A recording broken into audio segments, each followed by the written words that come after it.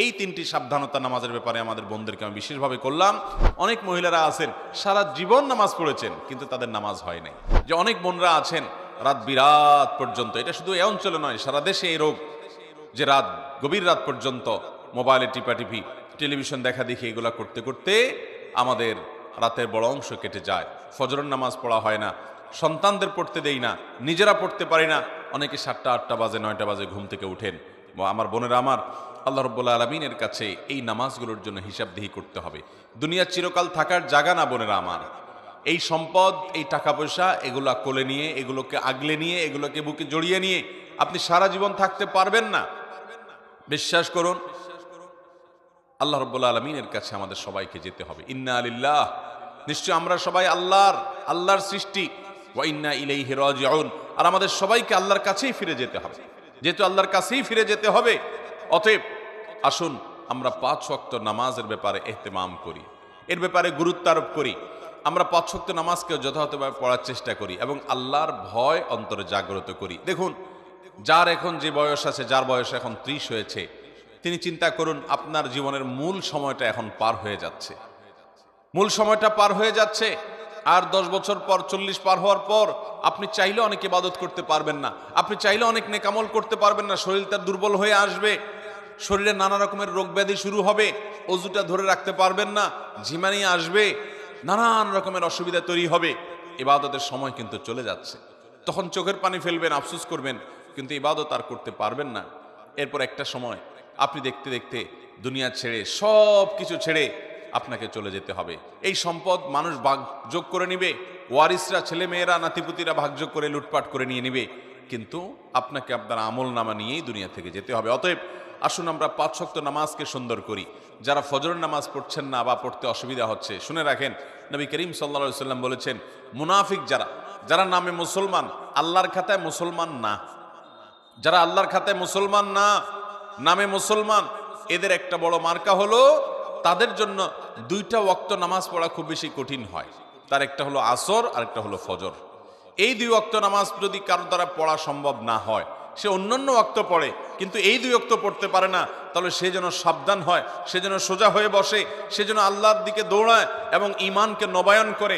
কারণ নবী করিম সাল্লাল্লাহু আলাইহি সাল্লাম এটাকে বলেছেন যে এই 2 নামাজটা হলো মুনাফিকদের জন্য সবচেয়ে কঠিন, সবচেয়ে ভারী, এটা পড়তে তাদের সবচেয়ে বেশি অসুবিধা হয়। অন্যান্য নামাজগুলো তারা হয়তো পড়ে কিন্তু এই 2 নামাজ পড়তে পারে না। বিধায় আমাদের যাদের ফজরের নামাজ পড়া হয় না বা ফজর নামাজ পড়তে পারি না, বা চেষ্টা করেও আমার দ্বারা বেশিরভাগ সময় ফজর নামাজ পড়া হয় না, মিস হয়, কিংবা পড়ি কিন্তু অনেক কষ্ট হয়, সাধারণত হয় না, একদিন হয়তো 5 দিন হয় না এবং সময় মতো হয় না, সকালে 8টা 9টায় উঠে নামাজ পড়েন, মনে রাখবেন আমাদের জন্য এটা অ্যালার্মিং, যেটা শয়তানের ওয়াসওয়াসার কারণে, কুমন্ত্রণার কারণে আমরা মুনাফিকদের কাতারে চলে যাচ্ছি কিনা। অতএব আমার মা বোনদের প্রতি আমার উদাত্ত আহ্বান থাকবে, 5 ওয়াক্ত নামাজ ঠিক করুন, আপনার অন্য সব আল্লাহ তাআলা ঠিক করবেন। ইন্নাস সালাতা তানহা আনিল ফাহশাই ওয়াল মুনকার, নামাজ মানুষকে অশ্লীল এবং অন্যায় কাজ থেকে বিরত থাকবে, সেই চেষ্টা করবেন। সেই সাথে মা বোনদের একটা বড় ধরনের রোগ হলো তাড়াহুড়া করে নামাজ পড়া। এই রোগটা পুরুষদের মধ্যেও আছে, কিন্তু তুলনামূলকভাবে আমাদের মা বোনদের মধ্যে বেশি দেখা যায়। লম্বা সময় নিয়ে খুব ধীরস্থিরতার সাথে সূরা ফাতিহা পড়বেন, এরপরে সুন্দর করে বিসমিল্লাহির রহমানির রহিম পড়ে একটা সূরা মিলাবেন আস্তে আস্তে, এরপরে আল্লাহু আকবার বলে শ্রদ্ধার সাথে, আল্লাহ সবচেয়ে বড়, আল্লাহ সবচেয়ে মহান, অন্য কোনো চিন্তা যেন মাথায় না আসে, এটি ভেবে এরপরে রুকুতে যাবেন। রুকুতে গিয়ে পিঠ সোজা করে রুকুতে গিয়ে তারপরে এবার তাসবিহ পড়বেন, সুবহান রাব্বিয়াল আযীম, মুহাব্বতের সাথে আমার মহান রবের পবিত্রতা জ্ঞাপন করছি, সুবহান রাব্বিয়াল আযীম, আমার মহান রবের পবিত্রতা জ্ঞাপন করছি, সুবহান রাব্বিয়াল আযীম, আমার মহান পালনকর্তার পবিত্রতা জ্ঞাপন করছি। এভাবে আস্তে আস্তে তাসবিহ নিবেদন করে এরপর আস্তে আস্তে আবার রুকু থেকে উঠে সোজা হয়ে দাঁড়াবেন টান হয়ে।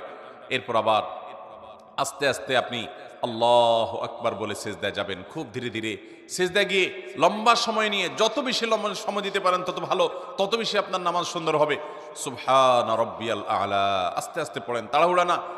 এরপর আবার সুবহান রাব্বিয়াল আলা, আবার একটু সময় নিয়ে সুবহান রাব্বিয়াল আলা, আমার সর্বোচ্চ সর্বমহান আল্লাহ রাব্বুল আলামিন, রব যিনি আমার পালনকর্তা, যার হাতে আমার জীবন মরণ রিজিক সবকিছু, তার জন্য পবিত্রতা জ্ঞাপন করছি। এভাবে তাসবিহ পেশ করে এরপরে আস্তে আস্তে আল্লাহু আকবার বলে বসেন। বসে আবার দোয়া পড়েন, রব্বিগফিরলি ওয়ারহামনি ওয়াহদিনি ওয়াআফিনি ওয়ারফানি ওয়াজবুরনি ওয়ারযুকনি। আপনি দোয়াগুলো আস্তে আস্তে পড়েন, এরপরে আবার সিজদায় যান। এভাবে ধীরস্থিরতার সাথে নামাজ পড়েন। আমাদের মা বোনদের বেশিরভাগই নামাজ পড়েন কিন্তু হুলস্থুল করে। যারা নামাজ পড়েন দেখা যায় খুব তাড়াহুড়া করে নামাজ পড়েন। মনে রাখবেন, তাড়াহুড়া করে যে নামাজ পড়ে নবী করিম সাল্লাল্লাহু আলাইহি সাল্লাম বলেছেন সে হলো সবচেয়ে নিকৃষ্ট চোর।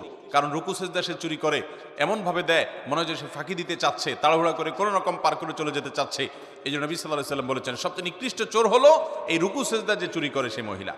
ঠিক একইভাবে সে পুরুষ বা মহিলা যেই হোক। ঠিক একইভাবে কোন কোন হাদিসে আসছে যে কিছু মানুষ তাড়াহুড়া করে নামাজ পড়ে, নামাজের ভিতরে মনোযোগ নাই, দ্রুততার সাথে নামাজ শেষ করে, অন্য সব কাজ খুব ঠান্ডা মাথায়, টেলিভিশনটা খুব ধীরস্থিরতার সাথে দেখেন, হ্যাঁ, নিজের স্বামীর সাথে কথাটা খুব ঠান্ডা মাথায় করেন, আলাপ সালাপটা খুব ধীরে ধীরে করেন, অন্য সব কাজ খাওয়ার সময় খুব মজা করে রসিয়ে রসিয়ে চিবিয়ে চিবিয়ে ভালো করে খান, কিন্তু নামাজ পড়ার সময় আপনি তাড়াহুড়া করেন, আল্লাহর কাছে কি জবাবদিহি করবেন? এই নামাজ, যে নামাজের হক আদায় করা হয় না, এই নামাজটা কোনো কোনো ক্ষেত্রে আল্লাহ পর্যন্ত পৌঁছবে না। এটা ময়লা ময়লা কাপড় চোপড় যেরকম পেঁচিয়ে নিক্ষেপ করা হয়, এরকম নামাজের মুখের দিকে নিক্ষেপ করা হতে পারে। এই জন্য আমার মোহতারাম বোনেরা, আপনাদেরকে বলছি, মোহতারামা বোনেরা, আপনাদের নামাজগুলোকে, আমাদের নামাজগুলো আমাদেরকে সুন্দর করতে হবে।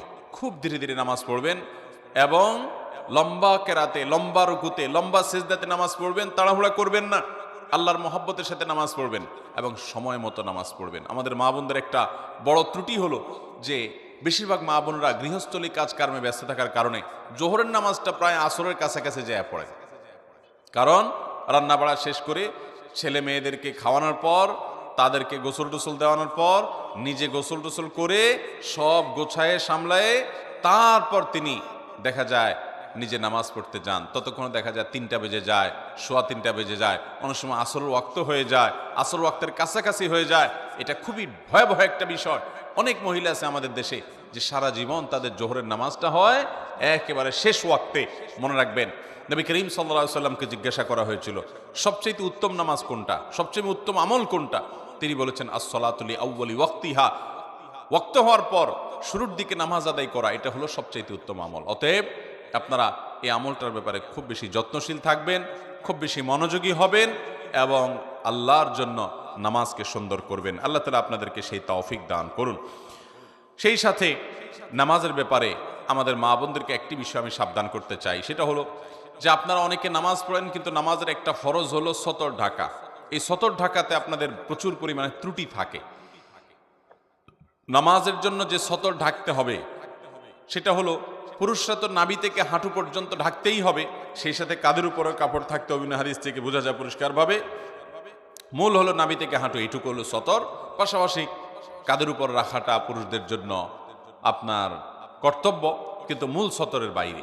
কিন্তু মহিলাদের জন্য সতর হলো একেবারে মাথা থেকে পা পর্যন্ত।